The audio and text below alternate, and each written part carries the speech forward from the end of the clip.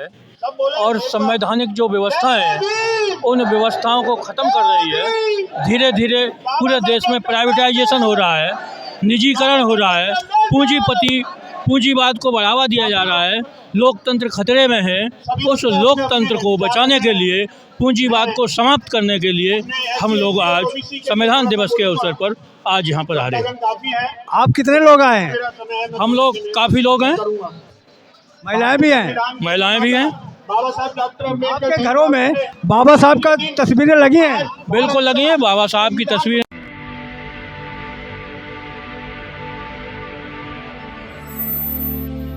लगी हैं, तथागत बुद्ध की लगी हैं, पेरियार रामास्वामी नायकर और ज्योतिबा फूले, सावित्रीबाई फूले, हम सभी लोगों की तस्वीर हमारे घर में।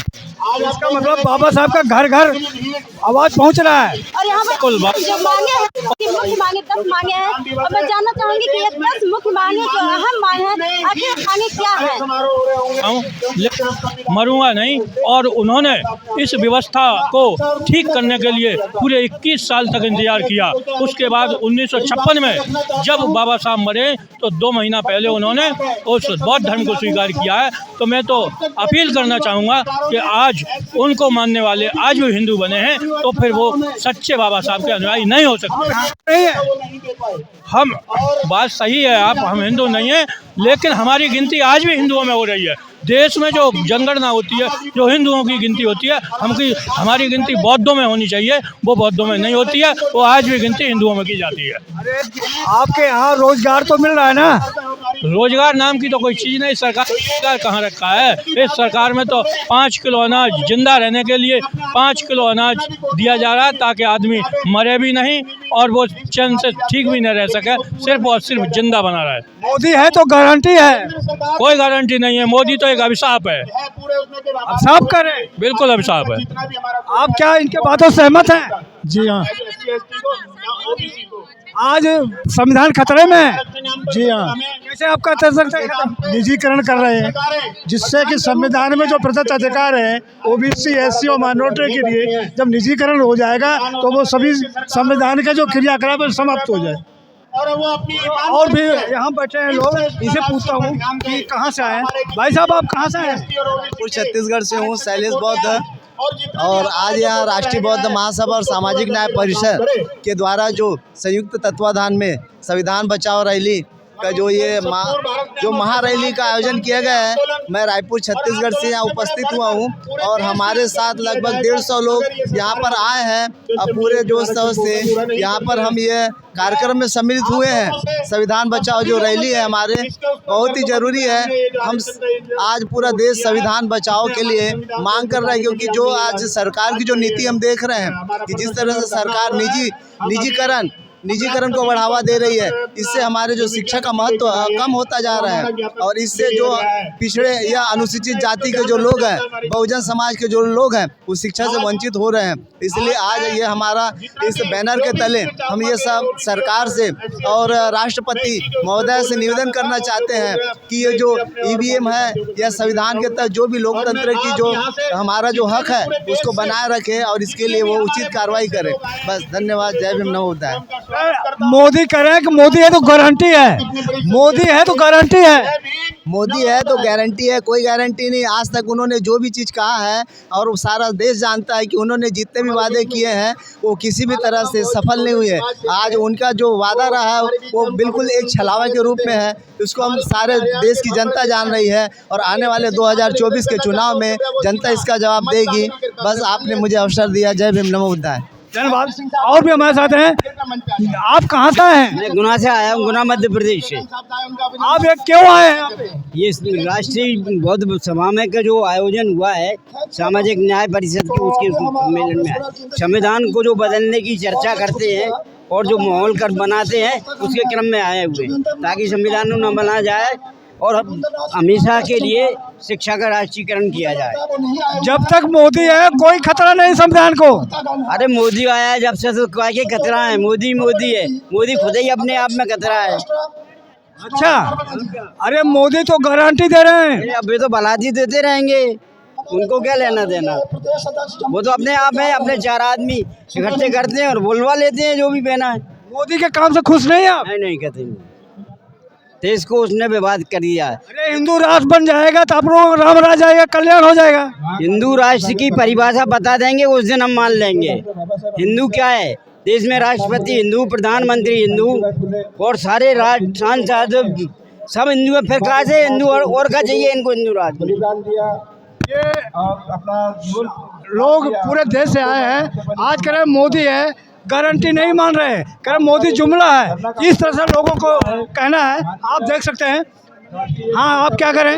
नंबर दीजिए। अभी दे रहे हैं, एक मिनट। और भी हमारे साथ हैं। तो भाई साहब, आप कहाँ से आए हैं? आगरा से। आगरा यहाँ आने का कारण क्या है? आने का कारण ये है 26 नवंबर बाबा साहब का संविधान जो बनकर तैयार हुआ था, लागू हुआ, राष्ट्रीय बौद्ध महासभा और सामाजिक न्याय परिषद के माध्यम से जो संविधान बचाओ का जो आंदोलन चालू करा है हमने पूरे देश में, वो उसके लिए आए हुए हैं। और माननीय राष्ट्रपति महोदय से मांग करते हैं कि हमारे यहाँ शिक्षा समान हो, सबको शिक्षा की बराबरी हो और जातिगत गणना होनी चाहिए हमारे यहाँ। जाति गणना से क्या होगा?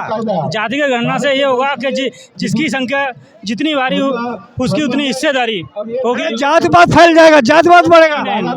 जाति पाति तो अब फैलाया जा रहा है, रामराज के नाम पर ठगा जा रहा है। यही रामराज होता है हमारे यहाँ, बहन बेटियों को जिंदा जलाया जाता है, यही रामराज है। जब शिक्षा हमारे यहाँ महंगी है तो बच्चे नहीं पढ़ पाएंगे, निजीकरण किया जा रहा है हमारे यहाँ।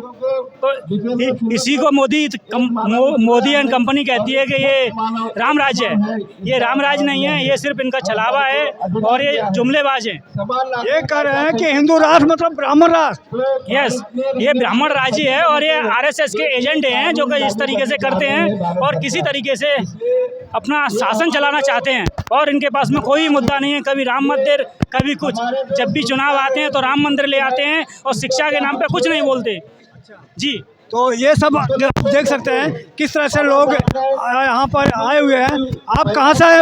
ये पंचशील का झंडा लेकर क्या करने आए हैं? हम यहाँ तो आज संविधान दिवस पालन कर आए हैं और राष्ट्रीय बौद्ध महासभा में ज्वाइन करने के लिए। हमारे बहुत सारे मांग है।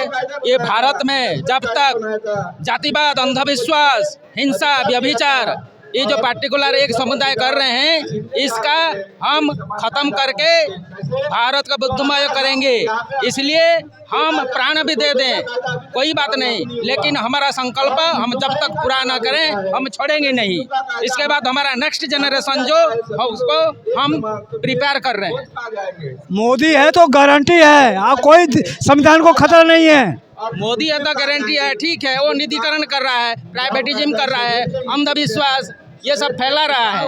क्या है? यूनिवर्सिटी बनाया है, स्कूल कॉलेज बनाया है, क्या क्या है? स्टैचू बनाया, इसमें हमारा क्या होगा? हमारा भविष्य तो अंधकार में है। बाल बच्चे क्या करेंगे? नारी लोग रोड साइड में बच्चा पैदा कर रहे हैं, हॉस्पिटल जरूरत है, शिक्षा जरूरत है, मजदूरी जरूरत है, एम्प्लॉयमेंट जरूरत है। देश हिंदू राष्ट्र बनना चाहिए। हिंदू राष्ट्र की मांग करें, हिंदू राष्ट्र की मांग करें। बिल्कुल, हिंदू राष्ट्र में कैसे बनेगा? वो जो शूद्रो, जो SC ST OBC है, इनका तो कोई कुछ नहीं रहेगा। और हिंदू राष्ट्र बनाने से कौन बनाएगा हिंदू राष्ट्र? हिंदू राष्ट्र में तो जातिवाद, अंधविश्वास, व्यभिचार, हिंसा ये सब है और शूद्र लोग तो इसमें पूरा डूब जाएंगे। कौन और राष्ट्र बनाएगा? भारत में क्या कहेंगे? हिंदू राष्ट्र बनने में आपको फायदा नहीं है? हिंदू राष्ट्र क्यों बनना चाहिए भाई? हिंदू क्या, यहाँ पर हिंदू कौन है? यहाँ पर SC ST OBC माइनॉरिटी के जो लोग हैं उनका क्या होगा? ये जातिवाद की व्यवस्था कायम करके देश को बर्बाद करने जा रहे हैं, देश को तबाह करने की ओर जा रहे हैं। सारा इन्होंने पूरे रेलवे को बेच डाला, हवाई जहाज बेच डाले, एयरपोर्ट बेच डाले, सारा निजीकरण कर दिया है। ये देश के लिए तबाह कर रहे हैं, शिक्षा को बंद कर रहे हैं। मोदी कह रहे हैं विपक्ष के पास कोई काम नहीं है, जातिवाद फैला रहे हैं विपक्षी। मोदी जी स्वयं जातिवाद फैला रहे हैं। मोदी जी तो चाहते ही हैं कि जातियां बचे, जातियां में विभक्त हो देश और हम राज करें। यही तो उनका RSS का एजेंडा है। वो चाहते हैं कि देश को खत्म करें, हम देश को जो है बर्बाद करने के कगार पर खड़े हैं। आज बच्चों का भविष्य खतरे में है। Education capture in the public school, सारा प्राइवेटीकरण कर दिया गया है और ये सारे पूरे देश को बर्बाद करने जा रहे हैं। मोदी का मतलब, मोदी क्या पूरे देश को तबाह करने जा रहा है। आज हमारे देश में बच्चों, आज लाखों बेरोजगार सड़क पर हैं, लाखों युवा परेशान हैं जिनके लिए एक सिंगल नौकरी नहीं दी गई। मोदी के काम से खुश नहीं है। मोदी ने क्या काम कर दिया कि जिससे खुश खुश रहें। सारे लड़के, सारे बेरोजगार सड़क पर हैं, युवा बेरोजगार सड़क पर हैं, महंगाई चरम सीमा पर है। कहाँ से मोदी ने क्या ऐसा काम कर दिया? मोदी ने तबाह कर दिया देश को। मोदी ने रोजगार का भंडार खोल दिया है। मोदी ने कौन सा भंडार खोल दिया? कहे तो सामने आकर के, एक सिंगल नौकरी नहीं दी। पूरे रोड पे बैनर लगा रखा है रोजगार का। ऐसा है, सारी मीडिया को खरीद रखा है, सारी गोदी मीडिया है। मोडिया प्रचार तो करती नहीं है, गोदी मीडिया है। पूरा देश का पैसा मीडिया को बेच रखा है, पूरा चौथा स्तंभ खत्म कर दिया है। राष्ट्र को बर्बाद करने के अलावा और कोई काम नहीं कर रहा है मोदी। मोदी के पास और कुछ बचा ही कहाँ है? देश को बर्बाद करने के अलावा कोई रास्ता ही नहीं है। मोदी बर्बाद करने के लिए ही खड़ा है, पूरा देश तबाह करने की ओर खड़ा है। आज सारे हर घर का बच्चा एजुकेशन करके आप देख लें, आज JNU BHU सारी यूनिवर्सिटियों का तबाह कर दिया है। बच्चों के लिए कोई नौकरी नहीं दी गई है, किसी एक सिंगल बच्चे को नौकरी नहीं दी गई। 8 वर्ष से गवर्नमेंट आई जब से, सारे के सारे सड़क पर हैं, महंगाई चरम सीमा पर है, पेट्रोल डीजल हाई फाई है। आज आप देखो बजरी तोल करके मिल रही है। अरे कह रहे हिंदू खतरे में है। अरे हिंदू खतरे में क्या, पूरा देश खतरे में ना, हिंदू खतरे में ना। ये तो बुद्धू बनाने का तरीका है, डाइवर्ट करने का तरीका है। ये तो हमें आपको बांटने का तरीका है, देश को तबाह करने का तरीका है। देख सकते हैं किस तरह से आज बहुजन जाग रहा है। आप उनको मुंह तोड़ जवाब देने के लगा, इनका गुमराह अब नहीं चलेगा। आप क्या कहेंगे, हिंदू खतरे में है? कौन बोलता है हिंदू खतरे में? जब भारत का राष्ट्रपति हिंदू है, भारत का बड़ा प्रधान हिंदू है, ठीक है, भारत का न्याय तंत्र हिंदुओं के हाथ में, तो हिंदू कौन से खतरे में है? ये तो मुझे बताइए सर, हिंदू कहाँ खतरे में है? ये तो एक जुमलाबाजी है, बीजेपी और RSS की जुमलाबाजी है कि हिंदू खतरे में है, हिंदू खतरे में है, जुमलाबाजी चला रहे। माननीय बड़ा प्रधान नरेंद्र मोदी हमारे गुजरात से है और सबसे निकम्मे और नालायक बड़ा प्रधान के नाम से मोदी जी कह रहे हैं विपक्ष के पास कोई काम नहीं है, केवल जात पात फैला रहे हैं, हम विकास कर रहे हैं। हमने गुजरात में मोदी जी का विकास देखा हुआ है कि गुजरात में कितना विकास किया, गुजरात को कितना बर्बाद किया। माननीय नरेंद्र मोदी, अमित शाह पूरे गुजरात को खत्म करके यहाँ के बैठे और सबको जुमलाबाजी बता के पूरे भारत को खत्म करने बैठे। कोई हिंदू खतरे में नहीं है। आज तक मुस्लिम शासन हुआ, अंग्रेजों ने किया, तब हिंदू खतरे में नहीं थे। तो आज इनकी पूरी ताकत है, कहाँ से हिंदू खतरे में है? आप लोग हिंदू नहीं है? हम हिंदू का है, हम तो बहुत है, हम तो बहुत है, हम हिंदू का है। और हिंदू कौन सा? हिंदू कोई धर्म है, हिंदू कोई जाति है? ये बताइए मुझे। हिंदू अगर कोई धर्म है तो बताइए कहाँ लिखा है हिंदू? बाबा साहब को अपने घरों में जगह दिया है। बाबा साहब ने कहा बोला है हिंदू? बाबा साहब को अपने घरों में जगह दिया है। कहाँ दिया है आपने? आप अपने घरों में बाबा साहब की जगह? बाबा साहब अन्य महापुरुषों को जगह दी है, ठीक है। और ये हिंदू शब्द से नफरत है मुझे, और मोदी और ये जुमलाबाजी RSS की है, उसको हिंदू धर्म को नाम से ये लोग अपना वोट बजना। मोदी का भाषण सुन लो और अमित शाह का, बोल रहे एक कार्ड है हमारा, हिंदू एक कार्ड है, हम कार्ड यूज करते और पब्लिक को बेवकूफ बनाते। ये मोदी जी बोल रहे हैं, खुद मैं नहीं बोल रहा हूँ। क्या कहेंगे, क्या कहेंगे? आज हिंदू खतरे में है।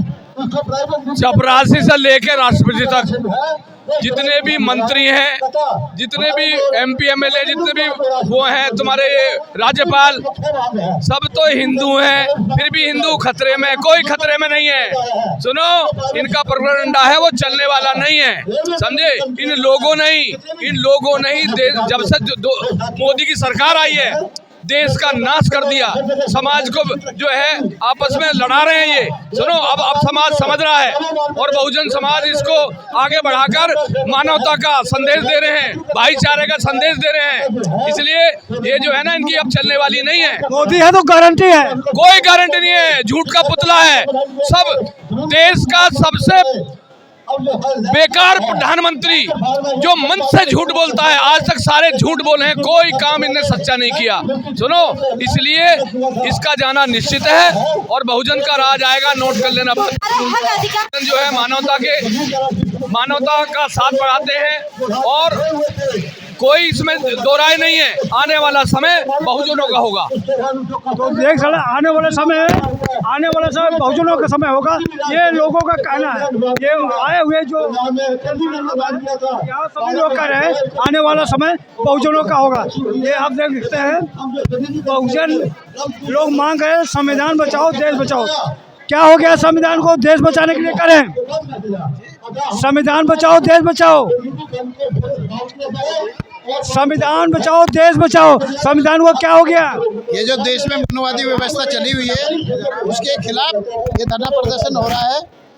बाबा साहब ने जो संविधान बनाया था उससे देश चल रहा था, लेकिन पिछले कुछ साल में जो मनुवादी व्यवस्था लागू करने की कोशिश की जा रही है उसका पुरजोर विरोध यहाँ बहुजन समाज के लोग कर रहे हैं। और ये बहुत बड़ा संगठन जो आज ये प्रदर्शन कर रहा है, इसका आप कहाँ से आए हैं? हम दिल्ली से हैं। चलो ठीक है, ये इस तरह से लोग अपनी अपनी बातें यहाँ पर आप देख सकते हैं, कैसे अपनी अपनी बात लोग यहाँ पर आ रहे हैं।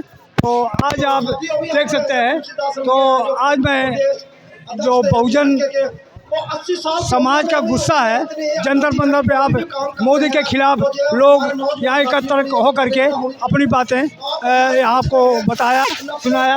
तो अभी मेरा नाम संदीप जाटव है और मैं संगम विहार रहता हूँ। देखिए, जैसा कि आप सभी जानते हैं आज संविधान दिवस है। सबसे पहले आपको संविधान दिवस की बहुत बहुत हार्दिक बधाई और शुभकामनाएं, और सभी तमाम देशवासियों को और आपके चैनल को भी, क्योंकि जो गोदी मीडिया है वो हमारे संविधान के बारे में और जो SC ST OBC वर्ग के लोग हैं उनके बारे में कुछ नहीं बताती है। हम आपका धन्यवाद। ले लीजिए, आप भीम आर्मी से जुड़े हैं? मैं देखिए संगठन पार्टी से किसी से कोई मतलब नहीं रखता, बस मैं ये मानता हूँ कि हाँ, जब तक हम समाज में कार्य करते रहेंगे और पार्टी में अगर बट्टे रहेंगे, क्योंकि समाज में भी ऐसे ऐसे लोग हैं बोलते हैं कि भाई मैं इस पार्टी में, मैं इस संगठन में हूँ, तो इसलिए हम लोग है ना कभी कामयाब नहीं हो पाएंगे। इसलिए समाज को पहले हम एकजुट करेंगे और फिर है ना जो हमें अच्छा लगेगा। लेकिन हम मानते हैं जो हमारी कद्दावर नेता है और जो पहली जो नेता है राष्ट्रीय लेवल की, वो बहन कुमारी मायावती जी हैं। लेकिन हम ये हमारे बड़े भाई अभिषेक जाटव जी हैं, उन्होंने संकल्प उठाया था कि बहुजन जागो मार्च और बहुजन नेता साथ में आओ। आज उनके यहाँ पे समापन है। अभी बड़े भाई कुछ ही देर में यहाँ पहुँचने वाले हैं, हम उनके समर्थन में यहाँ पे पहुँचे हैं। उन्होंने हमें संदेश दिया कि संदीप भाई आना है। मैंने ठीक है भैया हम आएंगे। अच्छा, कुछ लोग कर रहे हैं जैसे भीम आर्मी है, वो नवयुवक को गुमराह कर रहा है, वो गुमराह करके वो जेल में जाए तो उनका भविष्य खत्म कर रहा है। तो आपका क्या मानना, भीम आर्मी सही काम कर रही है? देखिए, करने के लिए अच्छा भी करा है, हम भी 4 साल मेहनत करी है भीम आर्मी में, ऐसी बात नहीं है, और सही भी है। क्यों, जब कोई अधिकार जब मांगने से नहीं मिलता ना तो छीनना पड़ता है। और हमारे तो जो घर है, जो जेल बोलता है कि जेल जाओगे मुकदमे लगेंगे, भाई उस चीज़ को हम अपना घर मानते हैं। तो हम तो है ना भगत सिंह को मानने वाले लोग हैं, चंद्रशेखर को मानने वाले लोग हैं, तो हम क्यों डरेंगे जेल मुकदमों से? बताइए। कोई भी अधिकार बगैर आंदोलन के बिना लड़े मिलता नहीं, लेकिन कुछ नेता जो है कहे हमको आंदोलन नहीं करना चाहिए, इसे हमारे ऊपर मुकदमा लग जाएगा, ये सब डराते हैं या खुद काम नहीं करना चाहते। आपको क्या लगता है? जी, ये सही बात आपने बोले कि वो लोग है ना देखो काम भी नहीं करना चाहते हैं, डराते भी हैं। आगे मैं बता दूं, जो माननीय काशीराम साहब को फॉलो करता है, जो बाबा साहब को फॉलो करता है, तो कभी भी है ना बड़ी बड़ी बातें नहीं करता है। माननीय काशीराम साहब ने तो 5 बातें बोली थी, मैं कभी मरे में नहीं जाऊंगा, मैं कभी खुशी में नहीं जाऊंगा, मैं कोई धन संपत्ति नहीं रखूंगा, मैं कभी परिवार बनाऊंगा, ना ही मैं है ना अपना घर बसाऊंगा। उन्होंने लेकिन आज लोग नेता बनते के साथ ही अपना घर देखते हैं, परिवार को देखते हैं, जमीन जायदाद देखते हैं, गाड़ी देखते हैं, ऐसे ऐसी चीज़ें देखते हैं। मानता भाई होनी चाहिए हर किसी का, लेकिन समाज को भी तो देखो भाई, कब तक ऐसा होगा? ये आप इतने कम उम्र में आप राजनीति में ये सामाजिक जागरूकता कहाँ से आपको प्रेरणा मिली इसमें काम करने का? सबसे पहले हमें पढ़ना पड़ता है, पढ़ने से मिलती है। अगर हम किसी की बातों को सुन के नहीं आए, एक वो वाली बात आ जाती है ना कि हमने किसी से सुन लिया और हमने बोल दिया, तो ये तो हवा में तीर मारने वाली होगी ना। जब तक हम पढ़ेंगे नहीं तो हम लोग कुछ नहीं कर पाएंगे। सबसे पहले हमारा पढ़ना जरूरी है। और जो भी नौजवान साथी हैं, आज देखिए नौजवान साथी भटक जाते हैं अलग अलग, मैं उनसे कहूँगा कि भाई पहले पढ़ो, अपने समाज के हालातों को जानो, बाबा साहब अम्बेडकर के मिशन मूवमेंट को समझो कि बाबा साहब अम्बेडकर ने कितनी मुश्किलों के साथ में आज के दिन 2 साल 11 महीने 18 दिन में भारतीय संविधान को पूर्ण रूप से तैयार किया था। तो ये हमें समझना पड़ेगा। और उसी से आज मैं संदीप जाटव बोल पा रहा हूँ, तो ये जो तन पे कपड़ा है तो बाबा साहब अम्बेडकर के कॉन्स्टिट्यूशन की वजह से है, जो कि आज यहाँ पे बोल पा रहा हूँ। नहीं तो हमारी औकात नहीं थी, हमारी सिर्फ क्या औकात थी, गले में अंडे कमर पे झाड़ू। मेरा सवाल पूछने का मतलब है, कहीं आपको कोई गुमराह तो नहीं किया, पैसा देकर लालच तो नहीं कर कि आ जाओ इसमें जुड़ जाओ, ऐसा तो नहीं आपको कोई गुमराह किया है? अगर गुमराह किया होता तो मैं फिर उसी संगठन या उसी की पार्टी की बात करता, लेकिन नहीं, मैं तो नहीं करता। और मैं दिल्ली शहर में जो अपने रेंट में रहता हूँ, फैमिली के साथ, मैं मम्मी पापा हम 3 लोग हैं। तब भी देखो हमारे फादर काम करते हैं। हमने जब से मैंने बोला पढ़ा जब हमारे हाथों को, तब समाज के बीच में आए थे, नहीं तो हम भी पहले है ना अलग मजे मस्ती में थे। क्योंकि ये उम्र नौजवानों की खेलने कूदने की होती है, बोलते कि ऐसो आराम की जिंदगी करो, लेकिन नहीं, हमने सबको कुर्बान कर दिया, समाज के बीच में आने का प्रयास करा। आपके उम्र के बच्चे ज़्यादातर मैं देखता हूँ कांवड़ा लेने जाते हैं, आप लोग क्या कांवड़ लेने जाते हैं? नहीं, मैं नहीं जाता ऐसी जगह पे जाके, क्या करूँगा? वहाँ से कुछ सीखने को मिलेगा? या ऐसे भगवानों ने, है ना, या ऐसे लोगों ने हमें कुछ दिया? नहीं दिया भाई। जब देश गुलाम था, है ना, जब हमारे साथ शोषण अत्याचार होता था, तो वो भगवान कहाँ जाके सो गए थे? यूँ नहीं बोला था कि ये भी इंसान है, इनको भी आने दो, अरे ये भी है ना इस जाति का है तो इस धर्म में आने दो या उसमें आने दो। लेकिन नहीं, शुद्ध होते थे। जैसे मान लो कोई मंत्र पढ़ लिया, तुम्हारे कानों में शिक्षा पिघला कर, है ना, डाल दिया जाता था। हमने अगर कोई मंत्र बोल दिया तो हमारी जीभ को काट दिया जाता था। ऐसे से होता था। बताइए क्यों माने ऐसे धर्म को? अच्छा एक बताइए, बाबा साहब ने तो पहली बात ये भी बोला था कि मैंने हिंदू धर्म में जन्म तो हुआ, वो मेरे बस में नहीं था, लेकिन हिंदू धर्म में मरूंगा नहीं, ये मेरे बस में है। तो इसलिए मैंने बाबा साहब को फॉलो करा है। और मैं हिंदू धर्म में पैदा जरूर लिया, मेरे बस में भी नहीं था, लेकिन मैं बौद्ध धर्म को स्वीकार करता हूँ और बौद्ध धर्म में मरना पसंद करूँगा, क्योंकि मेरे बस में है। अच्छा मैं एक आपसे जानना चाहूँ कि जिस एज को हो उसी एज से मैं सवाल कर रहा हूँ कि आपके एज के जो बच्चे आपको देख रहे हैं, तो उनको ये आप बताओ कि अगर कोई एसपी, कप्तान, डीएम, कलेक्टर बनेगा तो संविधान पढ़ के, शिक्षित हो करके या कांवड़ ले जाएगा तब वो डीएम, एसपी, कप्तान बनेगा? जब तक पढ़ेंगे तब तक कुछ नहीं हो सकता। अगर हम ऐसे जाएंगे, मैं एक कहता हूँ, किसी घर में 2 बच्चे हैं, एक को मंदिर में बैठा दो और एक को स्कूल में बैठा दो, तब देखते हैं कैसे, है ना, पता लगता है। जो मंदिर में बैठेगा वो भिखारी बनेगा, वो अनपढ़ बनेगा, और जो स्कूल में जाएगा वो IPS, कलेक्टर, जज, विधायक, मंत्री सब बनेगा। तो हमें पढ़ना पड़ेगा पहले, और पढ़ाई के बलबूते पे सब कुछ। बाबा साहब ने बोला था, शिक्षा वो शेरनी का दूध है, जो पिएगा वो दहाड़ेगा। चलो आपको बहुत बहुत धन्यवाद, आपने हमारे सवालों को जवाब दिया। आपका भविष्य मंगलमय हो, ये आपसे कामना करता हूँ। मैं आज जंतर मंतर पे आया हूँ, यहाँ पर संविधान बचाने के लिए नागपुर से आए हुए हैं भाई साहब, इनसे मैं जानना चाहता हूँ। सर आपका परिचय क्या है? मैं रुपेश बागेश्वर, नागपुर, महाराष्ट्र से आया हूँ।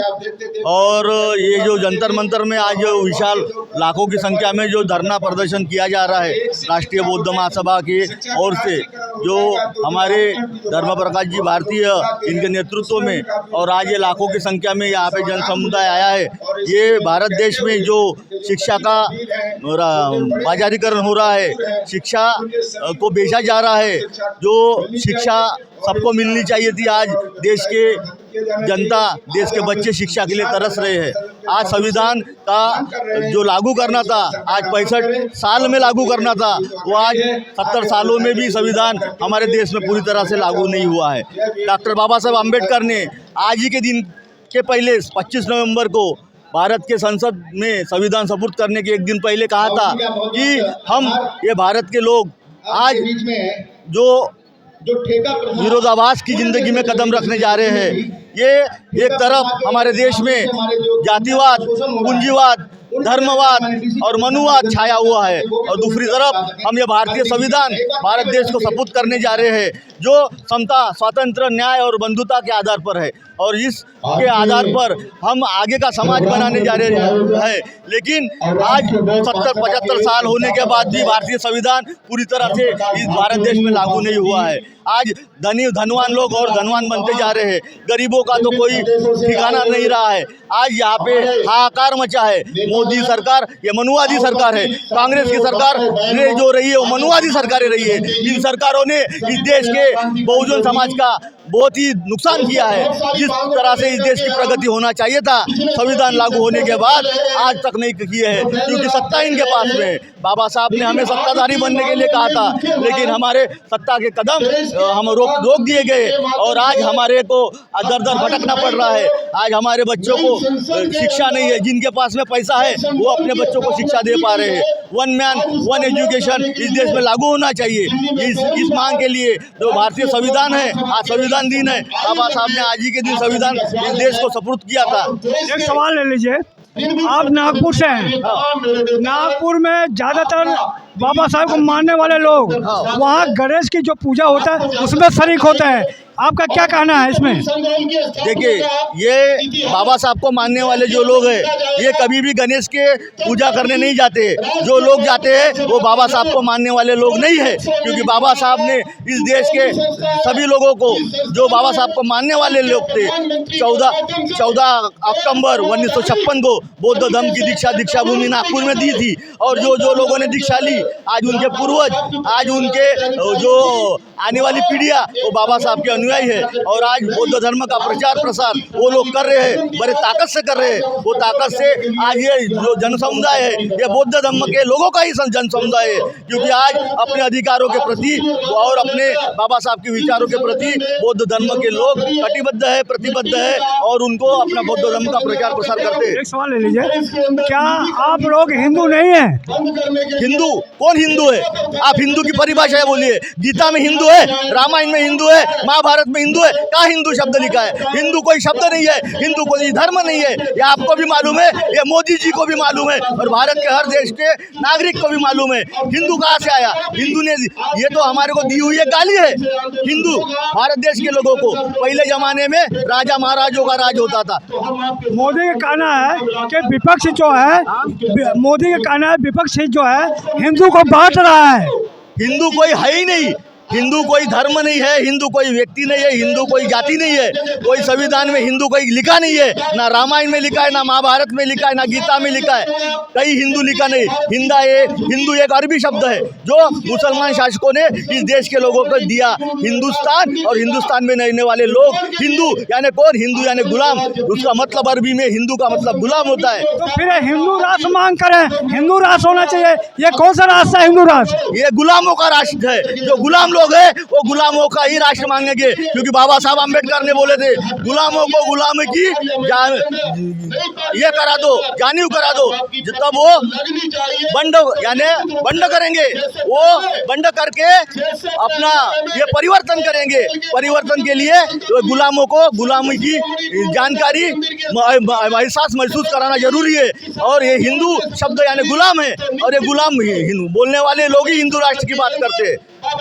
मोदी कहना है कि विपक्ष के पास कोई काम नहीं है, वो उनके पास विकास नहीं, विकास तो मेरे पास है। ये विपक्ष के पास केवल जातिवाद फैलाना है और कोई काम नहीं है। पहली बात तो मोदी जी के पास ही कोई काम नहीं है। मोदी जी के पास दो ही काम है, एक तो मीडिया में झूठ बोलना और जनता को गुमराह करना।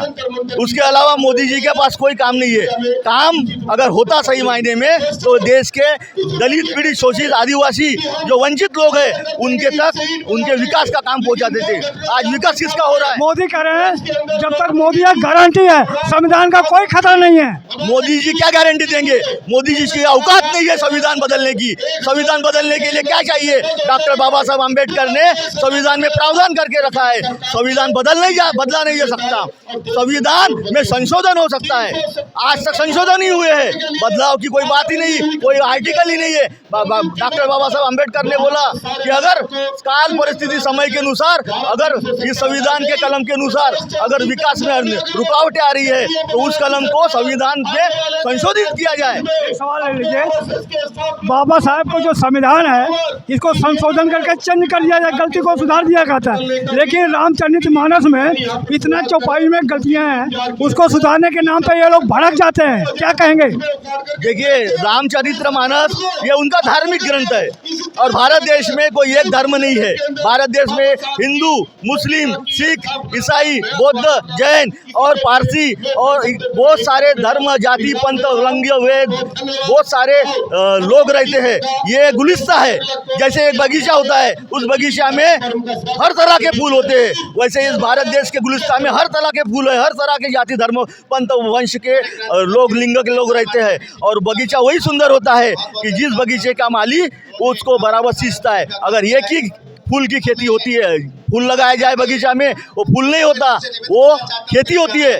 तो ये मोदी जी का कहना जो है हिंदू राष्ट्र और हिंदू की बात, ये एक खेती करने की बात कर रहे हैं, ये बगीचे को गुलजार करने की बात नहीं कर रहे हैं। एक सवाल ले लीजिए, ये जो हिंदू राष्ट्र कर रहे हैं, अगर हिंदू राष्ट्र बन भी जाता है मान लीजिए, तो मुसलमान कहाँ जाएगा?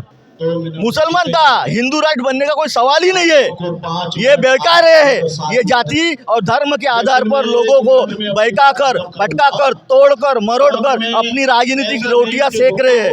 हिंदू और मुस्लिमों को झगड़ा कराकर इनको वोट लेने के लिए ये आपस में झगड़े फिसाद करके अपना वाला एक वोटिंग परसेंटेज, अपना वोट बैंक बनाने का इनका राजनीतिक षड्यंत्र है और कुछ नहीं है। लास्ट में एक सवाल आपसे, जो जाति गणना है, क्या जाति गणना से क्या होगा, इसे फायदा होगा जाति गणना से?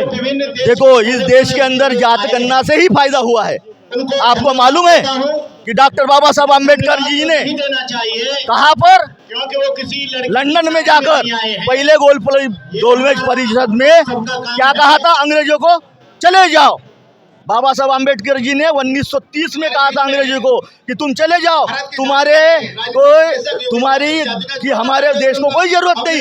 जब तुम हमारे देश में हुकूमत करते हो तो तुम्हारी हुकूमत में हम गुलाम हैं। मेरे सवाल का जवाब है, तो हम दोहरी गुलामी में जीते हैं। एक तो तुम्हारी गुलामी अंग्रेजों जो जीते हैं, दूसरी हम जातिवाद की गुलामी हम जीते हैं जो इस देश में है। और जो हमारे लोग हैं आज ये जातिवाद और जो हमारी असमानता की गुलामी में जी रहे हैं, दोहरी गुलामी में जी रहे। अंग्रेजों ने पूछा कि ये कैसी गुलामी है, ये कौन लोग है, इनको आइडेंटिफाई करो।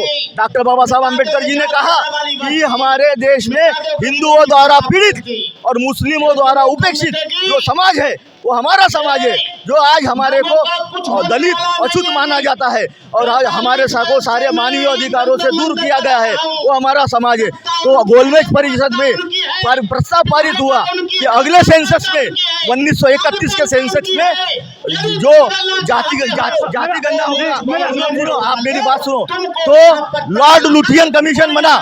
लॉर्ड लुथियन कमीशन मेरा वीडियो लंबा हो जाएगा।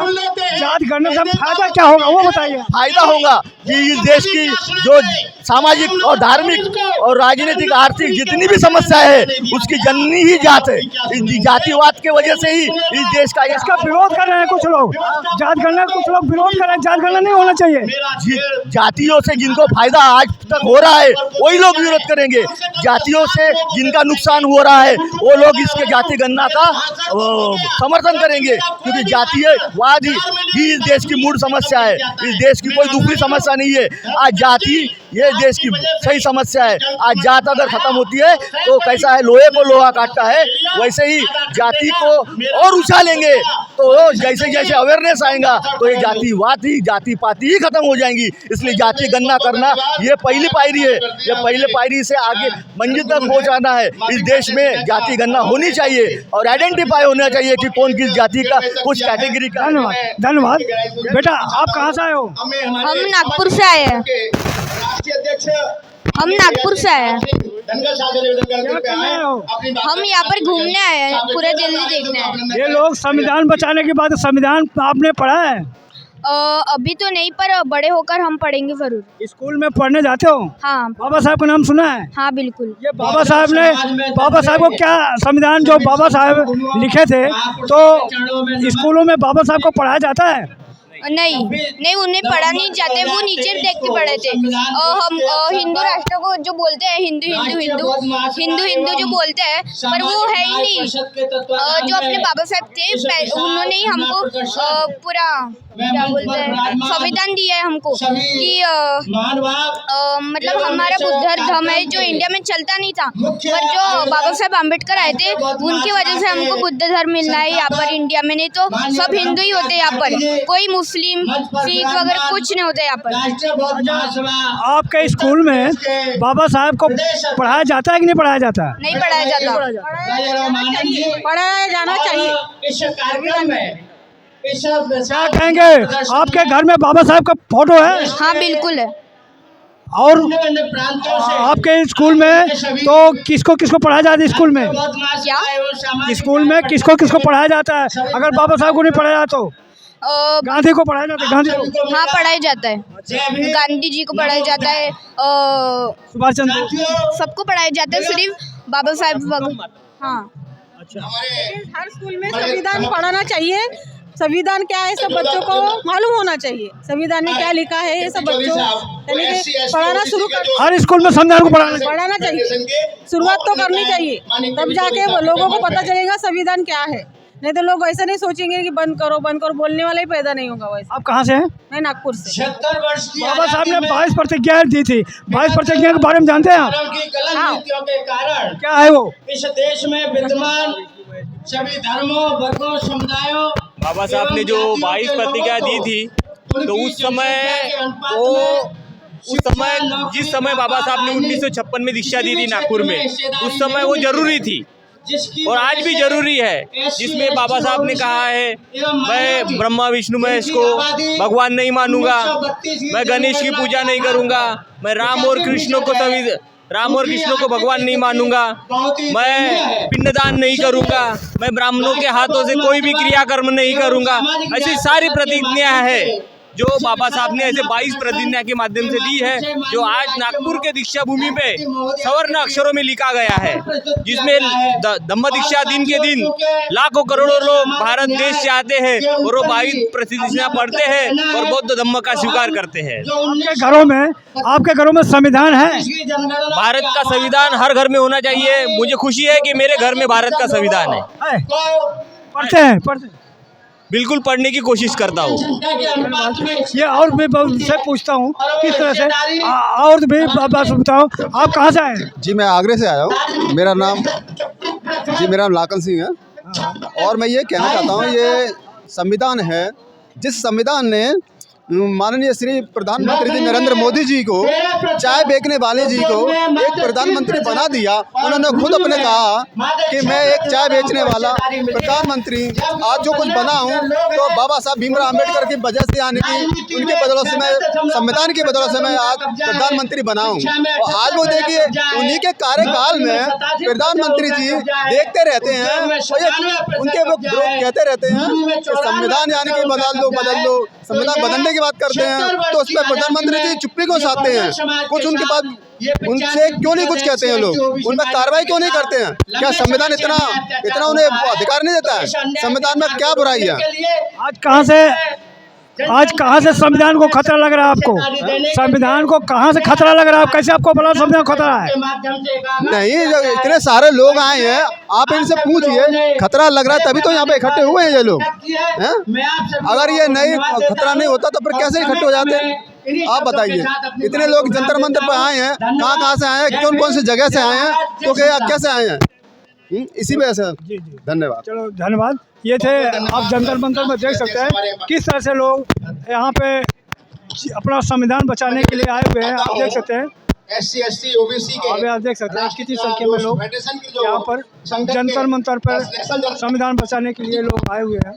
भारतीय बौद्ध महासभा के तत्वावधान में यहाँ लोग आए हुए हैं। हमारे साथ में एक सज्जन आए हैं तो अपनी बात रखना चाहते हैं। क्या नाम है आपका? हल्कीराम। कहाँ से आए हैं? ललितपुर बमोरी बहादुर सिंह से।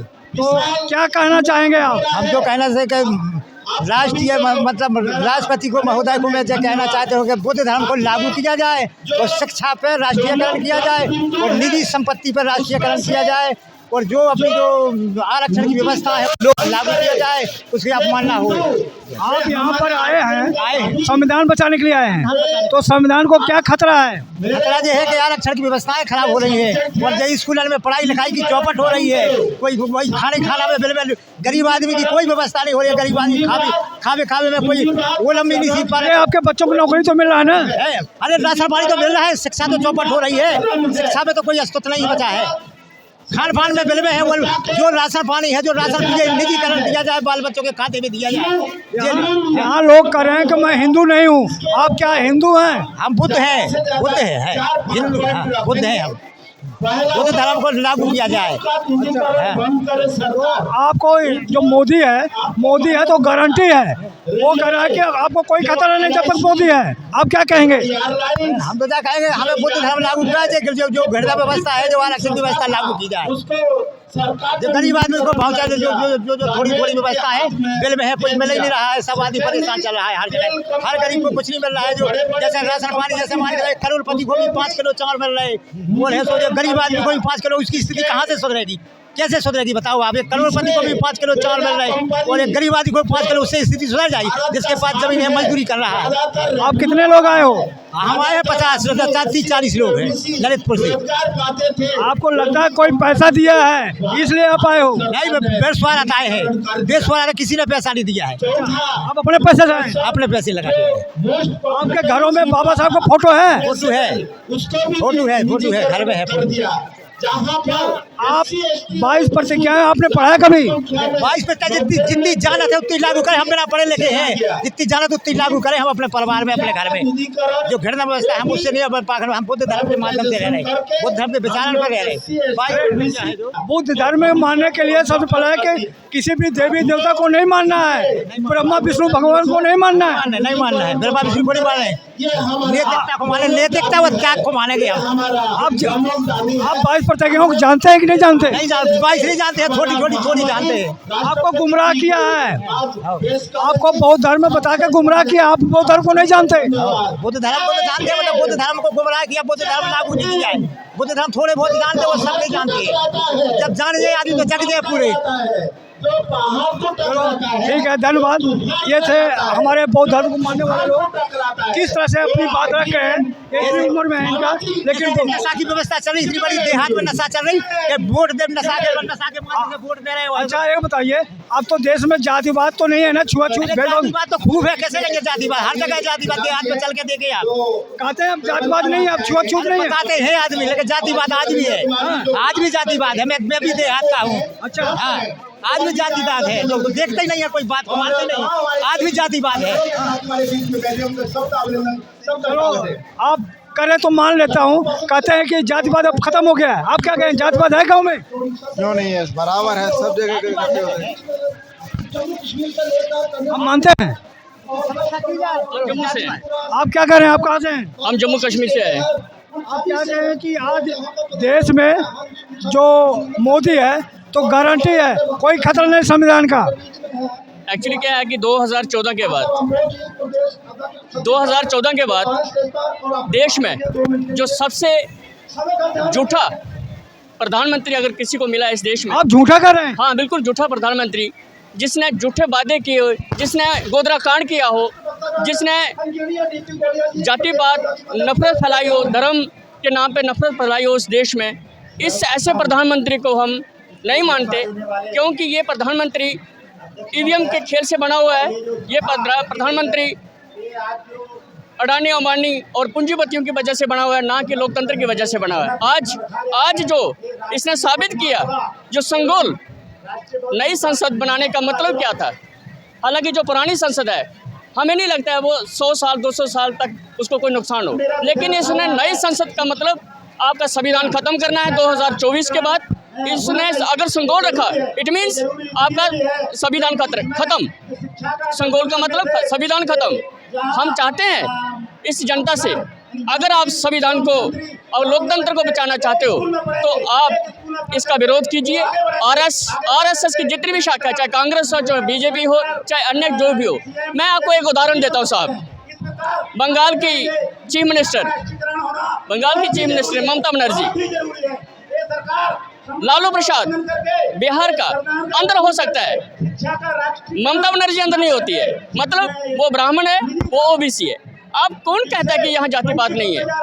अरे आप करो जातिवाद, मोदी कहते हैं कि विपक्ष के पास कोई काम नहीं है, जातिवाद फैला रहा है, विकास का कोई नाम ही नहीं रहा विपक्ष में। हाँ, विकास जो था वो अभी पैदा नहीं हुआ है, वो इनका डीएनए उससे मिला ही नहीं है जो विकास था।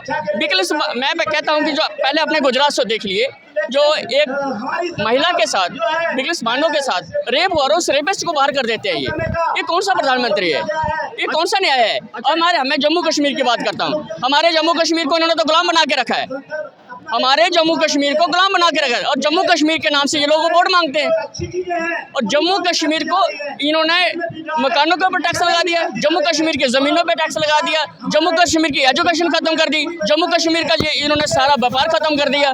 जम्मू कश्मीर में जितने भी काम हो रहे हैं सब बाहर के लोग हैं, जम्मू कश्मीर के लोगों को बिल्कुल खत्म कर दिया इन्होंने। मैं ये लोग आपके माध्यम से, मीडिया के माध्यम से ये कहना चाहता हूँ, पहले नंबर इन्होंने शिक्षा खत्म की, कोरोना के नाम पे लोगों को बेरोजगार कर दिया इन्होंने और गरीब कर दिया। और उधर से अडानी अंबानी लोग जो थे, जो बड़ी बड़ी संस्थाएं थी जो प्राइवेटाइजेशन की, और जो लोग रोटी की नहीं मिल रही थी और वो करोड़ों अरबों की खेलों में खेल रहे थे। आज हम इन लोगों के ऊपर, आरएसएस के ऊपर हम कभी भरोसा नहीं करते। आरएसएस ही एक ऐसा संगठन है जो नफरत फैलाता है और दंगे फसाद करता है, और सबसे बड़ा उग्रवादी कश्मीर में नहीं है, सबसे बड़ा उग्रवादी आरएसएस के लोग हैं जो दंगे फसाद और नफरत फैलाते हैं लोगों के बीच में। हमें लोकतंत्र चाहिए, चाहे सरकार किसी की भी हो, जो संविधान को मानेगा, जो संविधान की बात करता है, हम उसको वोट देंगे। और जैसे यूपी में बहन मायावती जी ने साबुत कर दिया 2007 में, बिल्कुल लोकतंत्र और संविधान की किसी ने बात की है जब से देश आज़ाद हुआ है, तो बहन मायावती ने की है। एक सवाल ले लीजिए, अभी एक शब्द आ रहा पनौती, तो ये पनौती मोदी के लिए ही क्यों लागू हो रहा है? मेरे को आप समझदार हो हमसे, ये पनौती शब्द जो है, एक प्रधानमंत्री अच्छा लगता है, कहीं भी अपनी एडवर्टाइजमेंट देखो, एक प्रधानमंत्री कहीं भी खड़ा हो जाता है, कहीं भी, वो अपना मान सम्मान भूल जाता है कि मैं प्राइम मिनिस्टर हूँ, मेरे को कहाँ बैठना चाहिए, मेरे को क्या करना चाहिए। वो सिर्फ वोट की राजनीति और अपने दिखावे के लिए हम ये कहते हैं कि जब वो कहीं भी जाते हैं, वो इवन की जो उसके बॉडीगार्ड होते हैं उनको भी साइड कर देता है कि मेरा फोटो आना चाहिए। अनपढ़, सबसे अनपढ़ और घटिया प्राइम मिनिस्टर अगर किसी दुनिया में किसी देश को मिला है तो भारत के प्रधानमंत्री नरेंद्र भाई मोदी, जिसने, मैं साफ कहता हूँ, इतने भी बेटियों के साथ रेप हुए, मणिपुर कांड हुआ और प्रधानमंत्री खुद करवाया उसे मणिपुर कांड, उसने वहाँ नहीं वो मणिपुर कांड की बात नहीं करता है। जिस देश में बहनों को नंगा करके और उनके साथ अश्लीलता की जाती है, वो कौन लोग हैं? मुसलमान हैं, वो आरएसएस के लोग हैं। मध्य प्रदेश में एक लड़की पूरे 5-6 किलोमीटर नंगी पैदल घूमती है, क्या मर गए लोग? उसके तन को कपड़ा नहीं ढक सकते थे। रेप करने वाले कौन थे? मुसलमान थे? नहीं, आरएसएस के लोग हैं। अब ऊना कांड हुआ, किसने किया? आरएसएस के लोगों ने किया। यूपी में रेप हुआ हाथरस का, किसने किया? आरएसएस के लोगों ने किया। और ये आप बहन बेटियों की इनमें कोई कदर ही नहीं है, बहन बेटियों की कदर नहीं है। ये सिर्फ ये कहना चाहिए, मनुस्मृति को लागू करना चाहते हैं और मनुस्मृति में औरतों की कोई इज्जत नहीं है। और जो ये कहते हैं कि जो छोटे लोग हैं, छोटा लोग कोई नहीं होता है। आप मोदी के काम से खुश नहीं है? हाँ, बहुत खुश है, खुश हैं। जो लोग अंधे हैं, अनपढ़ हैं, वो खुश है। हम एजुकेटेड लोग हैं, पढ़े लिखे हैं, हम खुश नहीं है। देश की शिक्षा खत्म कर दी है इन्होंने, देश की शिक्षा खत्म कर ली। और जो प्राइवेटेशन को इतना बढ़ावा दे रहा है, आज गरीब स्कूल के बच्चों की हालत देखो, गरीब स्कूलों की हालत देखो। वहाँ पैसा नहीं लगाना, मंदिरों में पैसा लगाना है। मंदिरों से भिखारी पैदा होता है साहब। अरे मंदिर बना दिया, आप हिंदुओं के लिए मंदिर बना दिया, और क्या चाहिए? जिनके लिए मंदिर बनाया वो बोलते हैं हम हिंदू नहीं है, हम सनातनी है, तो फिर हिंदू कौन है? जिनके लिए हिंदू जब बोलते हैं तो हिंदू में छुआछूत क्यों है? ये तो छुआछूत होना ही नहीं चाहिए। मंदिरों में रेप क्यों होता है? मंदिरों में रेप क्यों होता है? मंदिरों में रेप क्यों होता है? अगर देवी को आप पूछते हो, उसी देवी की आप रेप करते हो। क्या है मंदिर? इतना मंदिर बनाने से अच्छा स्कूल बनाओ, किसी के लिए कुछ बनाओ कि वो कम से कम गरीब लोगों को सहायता मिले, कुछ मिले। इतने सारे मंदिर बना के जगह घेरने वाली काम हो गई है। मंदिर से रोजगार नहीं मिलेगा। मंदिर से क्या रोजगार मिलेगा? मंदिर बनाने से सिर्फ ब्राह्मणों को रोजगार मिल रहा है। अगर मंदिर बनाने के बजाय बड़ा स्कूल बनाया जाए या दवाखाना बनाया जाए, दवाखाने में बेरोजगार को नौकरी मिलेगी और बीमार को इलाज मिलेगा। और मंदिर में सिर्फ ब्राह्मण, अच्छा हिंदू धर्म में जातिवाद क्यों है? जाति नहीं होना चाहिए, मानव दो ही है, नर नारी स्त्रीलिंग। यही तो मोदी की तरह दो ही जात है, एक गरीब है, एक अमीर है। ये विपक्ष लोग जातिवाद फैला रहे हैं, ये तो मोदी भी कर रहे हैं। तो मोदी हरामी क्या कह रहे हैं, क्या नहीं कह रहे हैं, उसकी छोड़ो ना। वो मोदी को झूठ बोलने की आदत है। मोदी इतना हरामी मक्कार है, मोदी के कारण देश बर्बाद है। सारे दुनिया में लोग चाय बेच रहे हैं तो वो पार्षद भी नहीं बने, लेकिन चाय वो झूठ बोल रहा है, चाय नहीं बेचा है, गद्दारी करके वो चोर है, मोदी गद्दार है। और दूसरी बात सुनो, हम लोग इतना पढ़ लिख के हमको नौकरी नहीं, रेलवे को बेच दिया, हमारी जायदाद, हमारे पुरखों की जायदाद सब बेच दिया। ये पूंजी पत्र मोदी कह रहे हिंदू खतरे में है। नहीं है, खतरे में नहीं सर, दीदी एक बार मैं बताता हूँ, जो अपने आप को हिंदू मानते थे वो आप अपने आप को सनातनी मानते हैं। हिंदू बिल्कुल खतरे में है। जो दलित है उसको ये हिंदू मानते हैं और अपने आप को ये सनातनी बोलते हैं, अपर कास्ट बोलते हैं। अब ये सनातनी हिंदू नहीं है, हिंदू दलित है। सच है कि दलित खतरे में है, अगर संविधान खतरे में है तो दलित खतरे में है। आप लोग हिंदू नहीं है? हम ये सुनो, हिंदू धर्म कोई धर्म नहीं है, हिंदू धर्म नहीं है, सुनो, अंग्रेजों ने गाली दिया है जब हमारा देश से चला गया ना, तो जाते जाते है हिंदू धर्म यानी गाली है, कोई ये धर्म वरम नहीं है। इसकी स्थापना कब हुई, कहाँ हुई, ये तो बताए मोदी। अच्छा 24 में मोदी को विदा कर दोगे? मोदी दोबारा नहीं लाओगे 24 में? अगर हम चोरों की सरकारी नहीं बनानी है, चोरों की सरकारी नहीं बनानी है हमारे। अच्छा आपको बेटी है, रेप हुआ है, रेप हो रहा है तो उसको पास। मोदी कह रहे हैं विपक्ष में कोई नेता ही नहीं है प्रधानमंत्री के लिए। क्यों नहीं है? है ना, आप किसी को आगे बढ़ाएंगे तो जरूर बनाएगा, ये सब जरूर बनाएंगे। क्या मोदी है? कोई पार्टी दिखती है, कोई पार्टी, ये चोर चोर चचेरे भाई है। ये 5 साल बीजेपी राज करेगी, 5 साल कांग्रेस राज करेगा। ये एक माह 2 भाई मैं घोटाला करूंगा तो तुम मेरे ऊपर राशन, जनता को बेवकूफ बना रहे। 1 रुपया किलो का चावल देके वो प्रधानमंत्री के घर का कुत्ता, वो कुत्ता 1 रुपया किलो चावल नहीं खा रहा है ये जनता को, तो वो अपने घर से नहीं दे रहा है।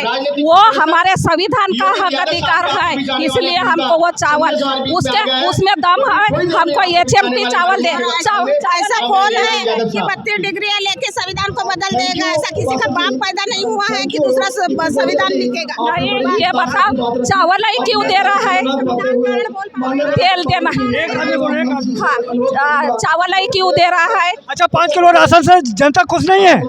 5 किलो राशन तो जिंदगी भर नहीं। हमको राशन में तेल मिलना चाहिए, साबुन मिलना चाहिए, सोडा मिलना, जो हमारा किचन का सामान है। 15 अरे 200 रुपया सिलेंडर के दाम कम कर दिया और खुश नहीं आप? नहीं, 1500 रुपये सिलेंडर किया, उसको 400 रुपया कर। मोदी जी विदेश घूमने जाता है, कहाँ से पैसा आता है मोदी जी के पास? एक बार कमाई करने गया, हमारे जैसा ऐसा पसीना निकलता है। हाँ, उसके घर में फैक्ट्री है, सप्पा अंबानी अडानी को सप्पा देश को बेच दिया, तो हम विरोध में है। वो अगर 1 रुपया किलो चावल दे रहा है तो सारी चीजें हमको वैसा देना चाहिए। हमारे बच्चे को स्कॉलरशिप नहीं दे रहे हैं, हमको 50 साल का रिकॉर्ड मांग रहे हैं। हम ये देश के मूल निवासी रहेंगे, हमको 50 साल का रिकॉर्ड। और ये विदेश से ब्राह्मण आए हैं, ये विदेशी विदेशी हैं, ये ब्राह्मण बाहर से हैं। काला सागर है, वो एशिया के है, और वो उनका प्रमाण पता ये देख। आप लोग मूल निवासी हैं? अच्छा विदेश, मूल निवासी, अच्छा विदेश में भी तो ये है ना देश, फिर वहाँ देवी देवता। ये कह रहे हैं कि ब्राह्मण विदेशी हैं, आप कितना सहमत हैं? सर इनके लोगों ने खुद कहा है कि बीजेपी के नेताओं ने खुद कहा है कि हमारा DNA जो है विदेशी है, वो बाहर के हैं। 5000 साल पहले ये मध्य एशिया के रहने वाले हैं ये लोग। यहाँ का मूल निवासी कौन है? यहाँ के मूल निवासी जिनको दलित कहा गया है, जिनको 6743 जातों में बांटा है, वो यहाँ का मूल निवासी है। अगर यहाँ का मूल निवासी, अगर यहाँ कोई भेदभाव नहीं होता है तो इतनी जातिवाद हिंसा।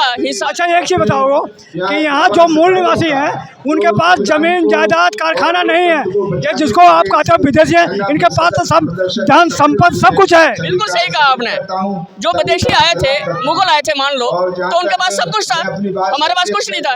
उसके बाद अंग्रेज आए, उनके पास सब कुछ था, हमारे पास कुछ नहीं था। उसके बाद बाबा साहब ने खुद कहा था कि जो यहाँ के मूल निवासी है, हमारी संख्या है, गांधी जी को कहा था हमारा देश अलग कर दो, हमें नहीं रहना इनके साथ, अंग्रेजों को कहा था। लेकिन गांधी जी उस वक्त तो मरने लगे, है ना। और अगर गांधी जी ये मान जाते तो आज ये जातिवादी होते नहीं, हम अलग से रहते।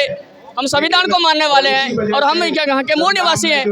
ये जो लोग जातिवाद करते हैं, अगर यह सब एक है तो फिर दलित एक बच्चे को मड़का छूने से मार दिया जाता है, एक बच्चे को पानी पे हाथ लगाने से मार दिया जाता है, और एक औरत को कोई गली में जा रही है उसको नंगा करके घुमाया जाता है। वो कौन लोग हैं?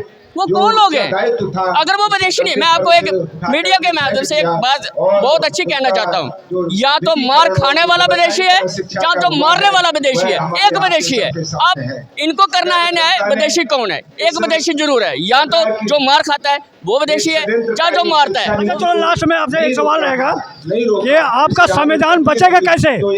हमारा संविधान, हम सब लोगों को कहते हैं, जो संविधान की बात करता है, जो पार्टी, जो संगठन संविधान की बात करते, देखो ये धरना, ये प्रदर्शन, हम अपने अपने घरों में चले जाएंगे, वोट कहाँ जाएगा मालूम नहीं। हम पूरे देशवासियों से निवेदन करना चाहते हैं, जिस भी संगठन में, जिस भी संगठन में संविधान की बात की, बहन जी ने संविधान को लागू किया 2007 में, पूरे लोगों को रिजर्वेशन दिया, झुग्गियों से उठा के लोगों को पक्के मकानों में दिया और पट्टे में जमीनें दी। और लोगों से पूछ ले, एक मिनट, सिर्फ एक मिनट, और मैं बताऊं, एक ही संगठन को इकट्ठे होकर वोट दो जो संविधान को बताए, और हमें जो सियासत जो है, पॉलिटिक्स है, उसको अपने हाथ में लेना चाहिए। संविधान कैसे बचेगा? संविधान हम बचाने के लिए हम आंदोलन करेंगे। अगर हमारे संविधान को अगर हाथ भी लगाएगा तो हम आंदोलन करेंगे। ये बताओ, संविधान को छेड़ ही नहीं सकता। वो आपके घर में 5 लोग हैं, सुनो, आपके घर में 5 लोग हैं और 4 जन का खाना। क्या कहेंगे? संविधान को छेड़ने की तो बात छोड़ो, संविधान बदल ही नहीं सकता, कोई छेड़ ही नहीं सकता, ऐसा कोई पैदा नहीं हुआ। पन्ना गायब हो गया संविधान का, कैसे हुआ? ये लोग तो करते।